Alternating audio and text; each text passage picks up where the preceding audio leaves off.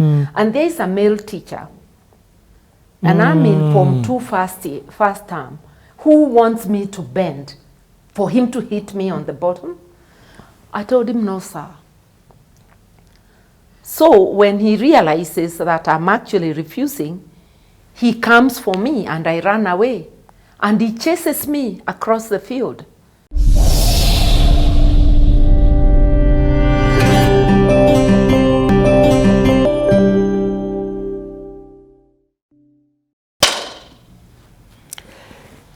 You never truly know people until you take the time out to get to know people. I say the best way of getting to know somebody is by you hearing them tell their own story.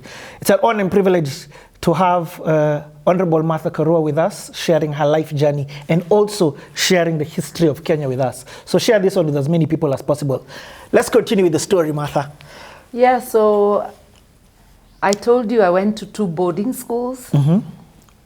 Kabare. 2 boarding schools? Yes, Kabare boarding school and St. Michael's Kirugoya. Yes. In Kabare boarding, it was a girls-only boarding. But where were we going to class? Together with the boys at Kabare, what is now known as Kabare boys. So we'd go to class together with the boys, and then we go up to the dormitories to sleep there. So today, it's a complete separate girls boarding. And Kabare, what was now the Kabare school, is Kabare boys. Kabare boys doesn't mean it's a boys school. It's still a mixed day school, but it got its name Kabare boys to distinguish it from Kabare girls. Kabare boarding. Oh, boarding, sorry. Yeah, because there's Kabare girls is a secondary school. Yeah. So now what I learned at boarding is independence, how to look after yourself. You had my sister taught me the first lessons of sewing my name onto my clothes. We used to wash our own clothes. You put them out to dry. And in Kabare, the mattresses were made of dried grass. So when you go to school, they give you this, it's like a duvet cover, but it's your mattress, but it's empty. You cut the grass, it dries, and then you have your mattress. What? So I made my own mattress. Moral of the story. I made my own mattress, and then you're washing your own clothes. You have duties. So there are weeks you'll be allotted the duties of cleaning the dormitory.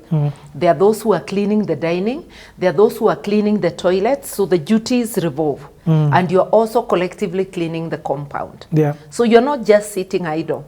Just like we were used to helping at home, both in the house, looking after the children, even milking the cows, because almost every home had a cow. We had 2-3 cows at any one time. It's subsistence living. Yeah. Yes. So I learned milking early. So in boarding now, you are doing all the duties just with everybody else. Then we go to St. Michael's Kirugoya. We are doing all those, but Kirugoya has a farm, you know? That's a Catholic school. It has a farm. And on Saturdays, we used to work in the farm half day, you know, all the girls. Weeding, planting, yeah, whatever needs to be done. It's a model of home, you see? So school life and home life were the same. I get it. Responsibility at a very young age. Now we are taking our children, those who take them to boarding, everything will be done for them. Yep. In our homes, you have a house girl and you are not allocating children duties. So the difference between our children and us, we were taught responsibility, to be responsible, to help, to work. Work ethic instilled in me. Even when I later days went to work, I don't know how to sit idle. And maybe I'll come to that the days I became a magistrate. Yep. Yeah, asking for more work. Saying the work you are allocating is not enough to sustain me through the day. Okay, let's just touch a little bit about that. You know, on city, you're allowed to jump. There's no formula. Yeah. So when you became a magistrate, which again, you say, I love it that you're unveiling your own title. Yeah. So there's a time now you do become a magistrate. Yeah, immediately from law school, I became a magistrate. And I was posted in Nakuru there was a lot of work because I'm put in the district court and I'm taking pleas, liquor pleas, you know. Yep. People rounded up in Bondeni, Kwaroda, all those estates in Nakuru who are making traditional liquor. So it was a very, very busy court. After 1 year, I come to Nairobi and I'm at what is now the Supreme Court. It used to be the Nairobi Law Courts. There's Makadara Court, there's Kibera Courts at the outer courts, but the main court is the Nairobi Law Courts. The magistrates division is headed by a chief magistrate, and the chief magistrate would allocate cases to all the other magistrates. The most junior were the district magistrates, and that's the rank I had entered in. So they would allocate us 2 or 3 cases in a day. Petty crimes. Petty crimes like pickpocketing, little things, theft from person, that kind of thing, involving 2 police, you know, 1 police witness and the complainant. Very short evidence. So within 30 minutes, you are literally through a case. So I would find that by 11 o'clock, you're done. I'm completely free. I've even delivered judgments and I'm free. And I didn't know how to run away, so I'm not leaving. I'm still in the office. So I'm calling the registry and asking, is there something else I can do? What? And the registry is calling around to find whether anybody has extra work. The senior magistrates, the resident magistrates, may be having long hearings going on, so they may have cases that are returning to the registry. And word passed around that there is this magistrate who is asking for work, and colleagues started calling me directly. Can you take on an extra case for me? Get this off our plates. And I would take. Eventually, I found courage and I went to the chief magistrate. I told him he's under-allocating work to me, and I would appreciate if he allocated sufficient work. So we discussed, and he started increasing my workload. I was not doing that with any motive, but I suppose it's one of the things that got me a promotion ahead of the pack. Oh, nice. Yeah? And I was doing it and doing it well because my cases were rarely being overturned on appeal. Yeah. But that work ethic, that work, you are starting at home doing multiple things. You're still a child, you're playing. But in between you're doing work. That work ethic has accompanied me throughout my life. Till today. Yes. And I appreciate that. And people should know that it is good to let your children do some work. Even if you have minders, helpers around them, let them work with them. Let them help them to some extent. You are actually passing down work ethic. Yeah. Such an amazing parenting nugget as well in this city. Thank you for sharing that. That was, you asked for more work. Yeah. Because you're like, listen, a lot of people would be, I finished my work by 11 o'clock, I can go and do my side hustle. I can go and do other things. You were like, no, add more to my plate. No, I would give my good effort to the employer. Anyway, we're going to come to that. People of Kenya. Yeah. I love that. Yeah. We're going to come to that section of the story. I just wanted you to tease people to let them know there's much more to come. Let's go back to actually, you've said something that sort of triggered something in my mind. When you talk about the generation of today, part of the distraction from work is technology. Yeah. So for you at this time, the only thing that I've heard you talk about from a technological perspective is the radio. Yeah. What are you listening to? How is that? You listen to music. We were not even interested in the radio as children. It's the parents who will switch it on. Actually, it doesn't occur to you that you can switch on. I got to be attached to the radio when now I'm a big girl in secondary school, and I know there are programs where there is music because you are interacting with students and they're talking of the latest. Yes. So you start listening to programs, you get to know the latest music. I got to know there was a show called The Late Date where they're singing, you know, where songs are played. You ask for the asking where you can ask, you know, for the whatever, through calling.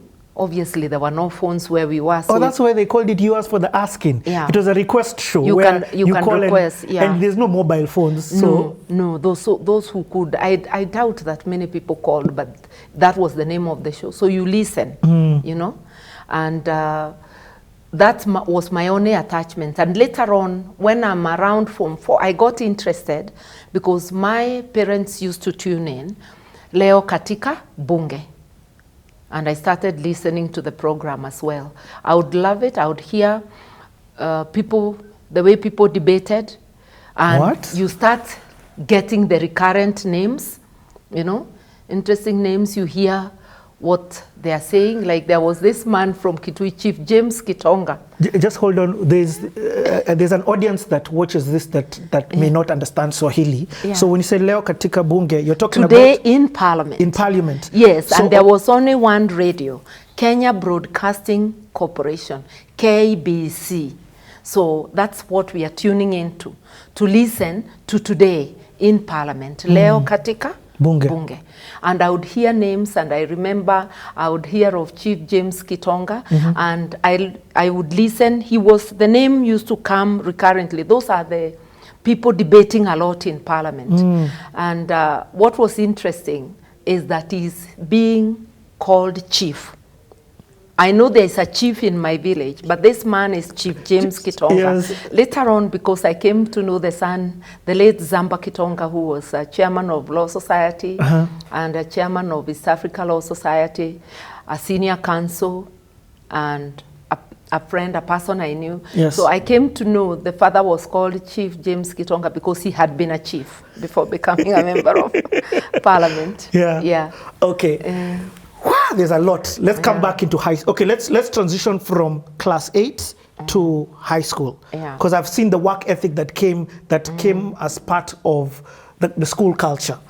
So, do you do well? Are you a sharp, bright student?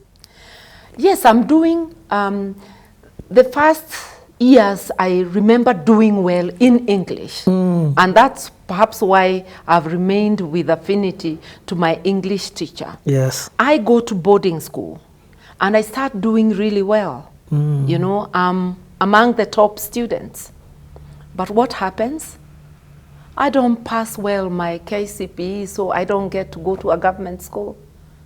Ooh. Because that year in Standard 7, I'm a main actor in a production known as Cinderella. Ooh, you were in acting. I and my sister are the two bad sisters of Cinderella. I received the award of Best Actor, and I don't get the grades.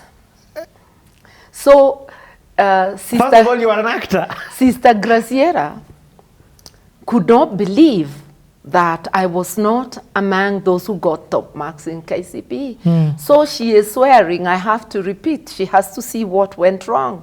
What? And my mother is like, nope. Sister Graciera wants you to go and act again so that you fail. You are going to secondary. My mother can connect it to the acting. Because you're busy memorizing instead of revising. So I get the best actor and I don't act well in the exams. But I had passed, but not grades to take me to a government school. So I go to Keboria Secondary School. That's where my dad took both me and my sister. To Keboria Secondary School. It's one of the main schools now in Gichugu, in Kirinyaga.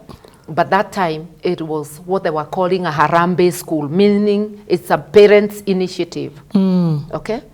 So I go to Keboria. And when you say government schools, was there subsidies? Was education free? No. It is free in primary, but you're still paying a small amount, 20. I think those days parents were paying 20 shillings. Which was a lot for the time. It's a lot of money. Yeah. Boarding, we are not paying for the primary. The primary, it's the usual 20, but you're paying boarding fees. And only few parents could afford boarding. I get it. Secondary school in Keboria was so expensive, it was 1,000 and beyond. 1,000? That was unheard of. When in Kirwea Girls and Kabare, they're paying 400 because government is subsidizing. Yes. You see, you can see the difference between 400 and 1,000 plus. Yep. Yeah, just like today, that private schools are more expensive. So I went to Keboria.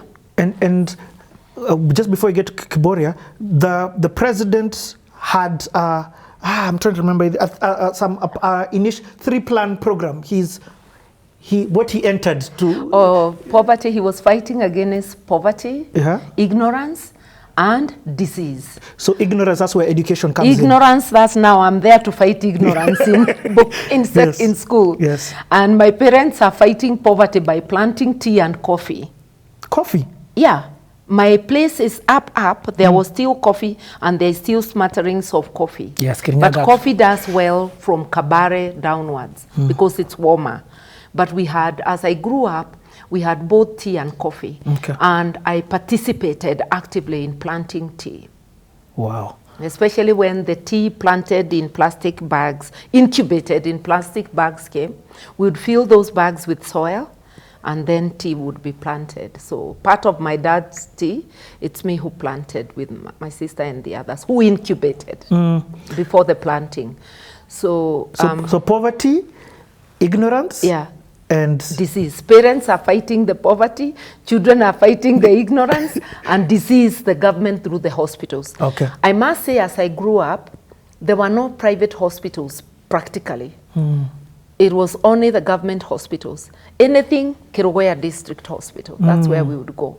Even when I had that accident, that's where we went. Yes. Being born, Kerugoya. You have tonsillitis, Kerugoya. You have whatever it is Kerugoya. In later years, there were I came to learn there were missionary hospitals, because we would sometimes be taken to Tomotomo, which is a PCA hospital, or Madari, which is a Catholic hospital. Yes. Or sometimes, when my parents were adventurous, we would be brought to Nazareth. Nazareth is at Banana, which is another private hospital. I used to hear my parents say that they would do very well for stomach issues, meaning they had a good laboratory where you could be investigated. I also remember being taken to hospital once to Gaisha Jiro in Moranga, where again there was a Catholic hospital. So the Catholics appear to be leading in the hospitals and in boarding schools.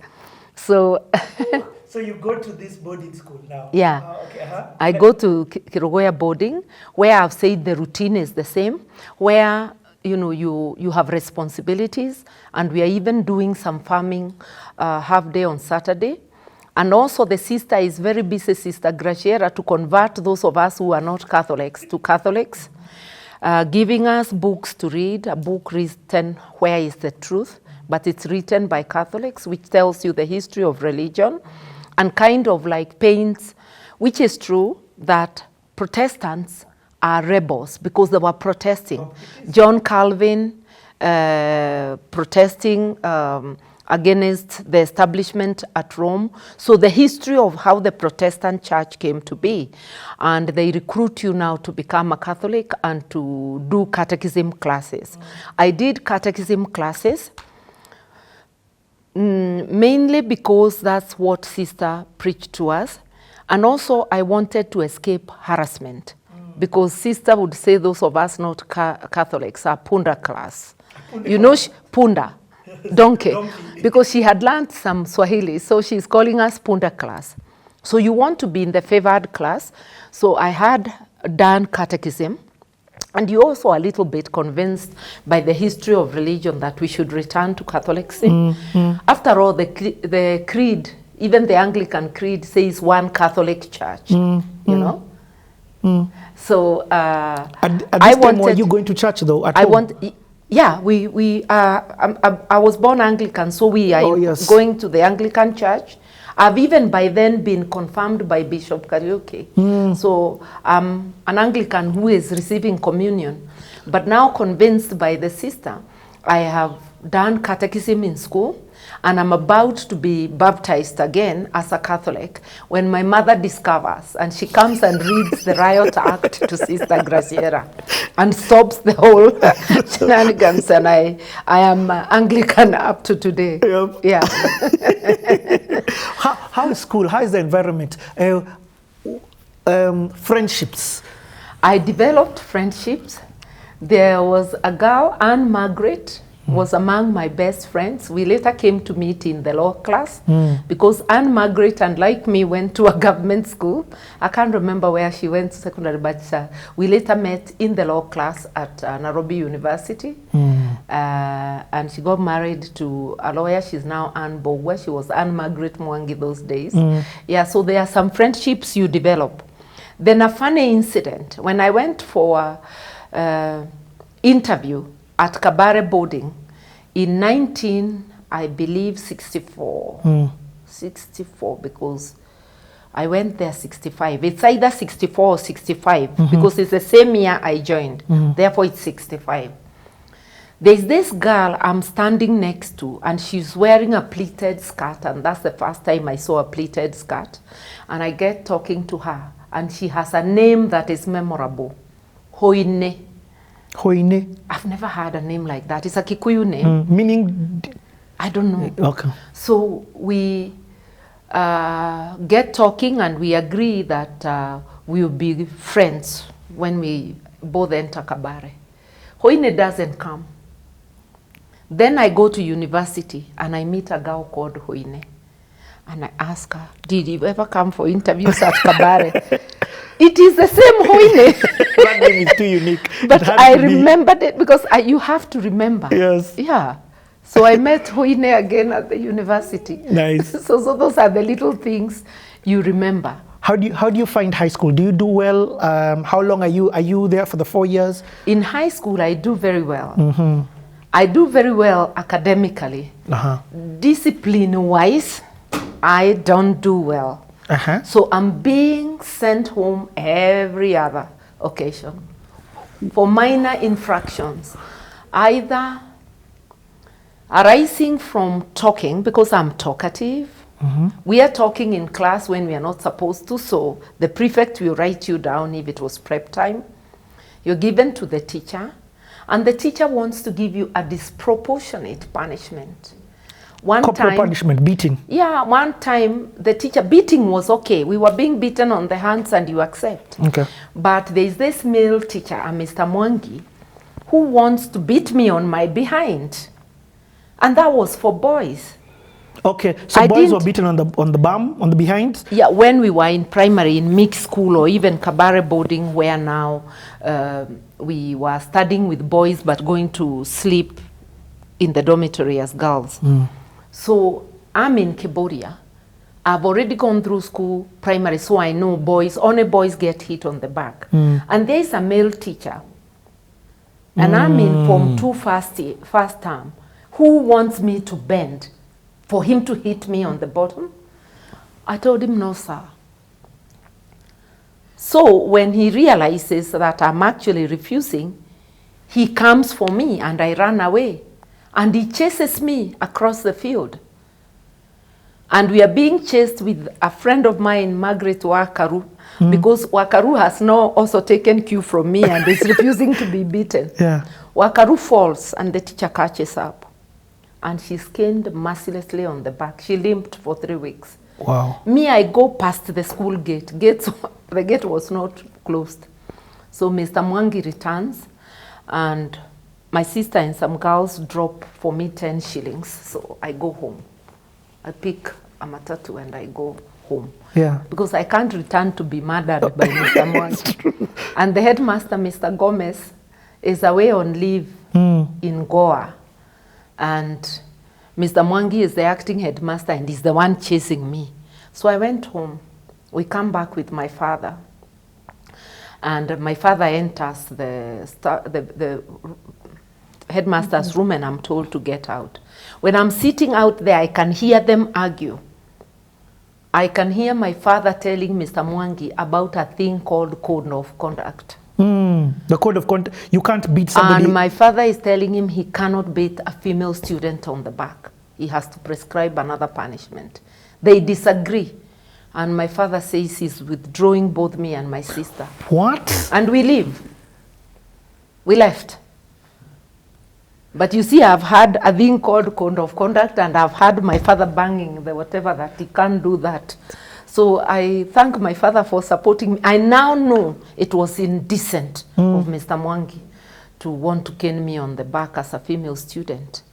But Martha, you are a Form 2, yeah, and the teacher has told you they're going to discipline you. Yeah. And you have spoken out and I've said no because he's going for my back instead of the hand. How, even till today, they don't have the boldness to stand up. I'm seeing forms of the Iron Lady. My life is a life of protest, and my grandmother, yes, Jogu, yes, paternal, told me stories that make me know I'm so much her. Okay, I'm not named after her, yes, but I'm so much her. The things I saw her do and the stories she told me about how she rejected a suitor. You know those days, marriage. Somebody didn't have to ask you. They discussed with your parents and brought goats to your home. Yes. You are supposed to be impressed you're getting married. So a suitor from another ridge brought goats. And my grandmother did what was an abomination. She beat the goats back to the home of the boy. No way. Okay? So the boys of that ridge, when they heard Mwanjogu is on the way back with the goats, they had ganged up to assault her. Okay? But she went charging. And the sheer gravity of that shocked them, and they left her alone.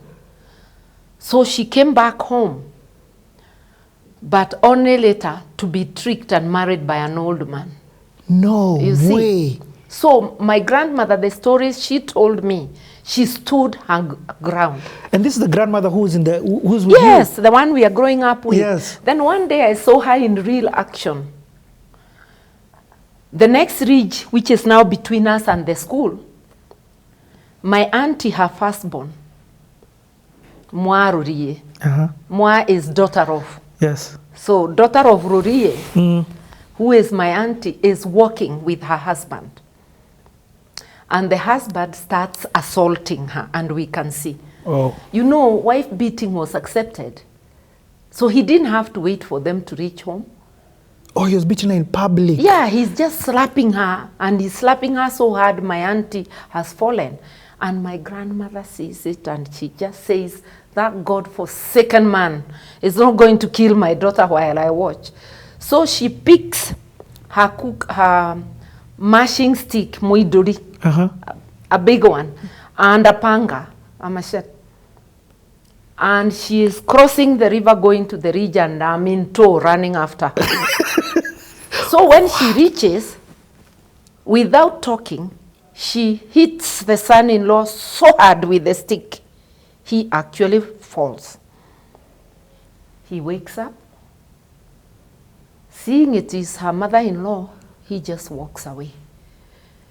You know, it is taboo. You don't touch your son-in-law or your mother-in-law. Actually, when you meet, you move away from each other on the road. You cannot meet directly.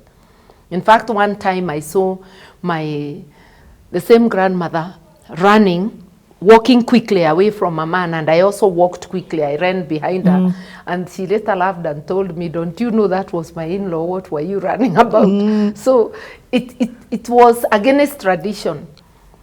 But you see, she herself, in her younger years, used to be beaten by my grandfather. She even used to show me a mark on the head and tell me it's Njarubio who beat her. And he was much older than her. Yeah, but she is not taking it. Her child is being assaulted. She's been assaulted. She's gone through it, but she'll not watch. So she went and stopped it. I don't know what happened to my auntie when they got home. I never got to ask her. But my grandmother stopped it, and we went back home. So my grandmother, she, a graduate of the social school, could stand her ground. Who am I not to stand mine? But also you had the support of your father. Because your father comes to school, and he's saying this is against the thing. The code of conduct. And I could hear him tell the teacher, give her any other punishment. The teacher refuses, so we are withdrawn. And that's the thing. He's like, then get, not just you, even your My Margaret. sister, yeah. Margaret is caught Allah. But she can't leave Margaret to now also be brutalized. You know how things can Yes. go. Yeah, you are the one whose father. Yeah, so we both went now from Keboria to Giriambu, which was another Harambee school, now Giriambu. Both Giriambu and Keboria are some of the premier schools in Kirinyaga County and in Gichugu. So we now go to Giriambu.